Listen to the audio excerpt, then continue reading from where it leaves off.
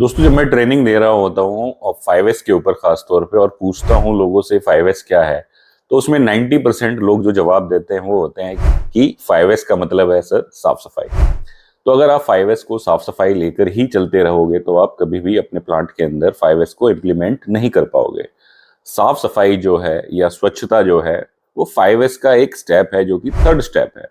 लेकिन इसके अलावा भी 4 ऐसे स्टेप हैं जिनको हमने फॉलो करना है, तो ही हम 5S को इम्प्लीमेंट कर पाएंगे। वो 4 स्टेप या टोटल 5 स्टेप क्या क्या है? सबसे पहला है सॉर्टिंग, जिसके अंदर हम वांटेड अनवांटेड मटेरियल को अलग अलग करते हैं, उनको सेग्रीगेट करते हैं। जो अनवांटेड मटेरियल है उनको या तो स्क्रैप करेंगे या रेड टैग एरिया में लेकर के जाएंगे। इसके बाद आता है हमारा दूसरा है, जिसके अंदर है सिस्टमेटिक अरेंजमेंट या सेट इन ऑर्डर। जो वांटेड चीजें हैं उनको जगह निर्धारित करना, उनको प्लेस देना, यानी कि हर वस्तु की जगह हो, हर वस्तु अपनी जगह पर हो। हम क्या करते हैं, साफ सफाई कर देते हैं, फिर दोबारा से 3 महीने बाद वैसा ही हो जाता है, क्योंकि हमने जो सॉर्टिंग करी, अनवांटेड चीजें हटाई, उनको जगह ही नहीं दी वांटेड चीजों को, और फिर दोबारा से कचरा होना शुरू हो गया। अगर आप चीजें डिफाइन नहीं करोगे कि रिजेक्शन कहाँ रखूंगा, ओके मटेरियल कहाँ रखूंगा, रिवर्क वाला मटेरियल कहाँ रखूंगा, अगर मटेरियल होल्ड हो जाता है तो उसको कहाँ रखूंगा, तो आप कभी भी 5S को इम्प्लीमेंट नहीं कर पाओगे। तो जो दूसरा स्टेप है सेट इन ऑर्डर या सिस्टमेटिक अरेंजमेंट, वो सबसे इंपॉर्टेंट स्टेप है 5S इम्प्लीमेंटेशन में।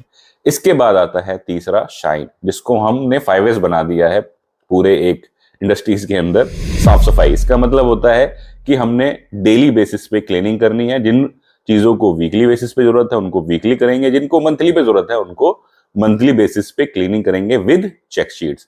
इसके बाद आता है चौथा एस, स्टैंडर्डाइजेशन। इसके अंदर हमने क्या करना है, जो भी हम काम कर रहे हैं उसको हमने नोट डाउन करना है, रिटर्न डाउन करना है, और जो हमारा वर्क एरिया है उस पर डिस्प्ले करना है, और हर चीज का स्टैंडर्ड बनाना है। यदि मैंने डिसाइड किया कि रेड कलर में रिजेक्शन रखना है तो रेड कलर के बिन में रिजेक्शन ही रखा होगा।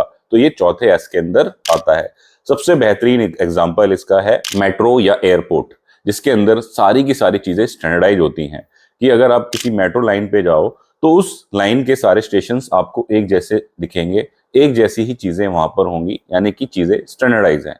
इसके बाद आखिरी आता है फिफ्थ एस, जो कि सबसे जरूरी है, सस्टेन करना या सेल्फ डिसिप्लिन। आपने ये चारों के चारों एस कर तो लिए, लेकिन अगर आपके अंदर सेल्फ डिसिप्लिन ही नहीं है तो आप क्या है कि 5S को मेंटेन नहीं रख सकते लंबे समय तक। तो इसलिए डिसिप्लिन का होना बहुत ही जरूरी है। दोस्तों, अगर आपको 5S को और डिटेल में समझना है तो हमने इसका एक डिटेल्ड वीडियो बनाया हुआ है और इसका एक कोर्स भी बनाया हुआ है। आपको नीचे जो है लिंक दिख रहा होगा, उस पर क्लिक करके आप वो डिटेल वीडियो जाकर